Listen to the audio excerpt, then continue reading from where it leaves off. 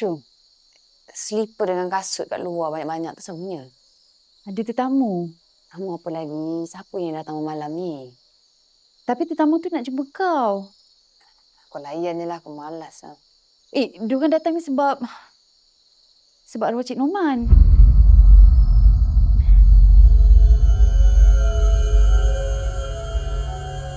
Pasal WhatsApp dia.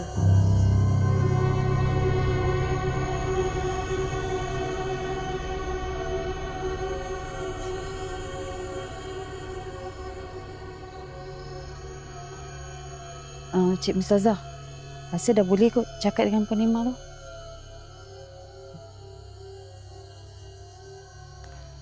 Puan Emma, apa khabar? Saya Mustazah, peguam Cik Norman. Ini ada wasiat daripada Cik Norman. Puan Emma boleh baca sendiri.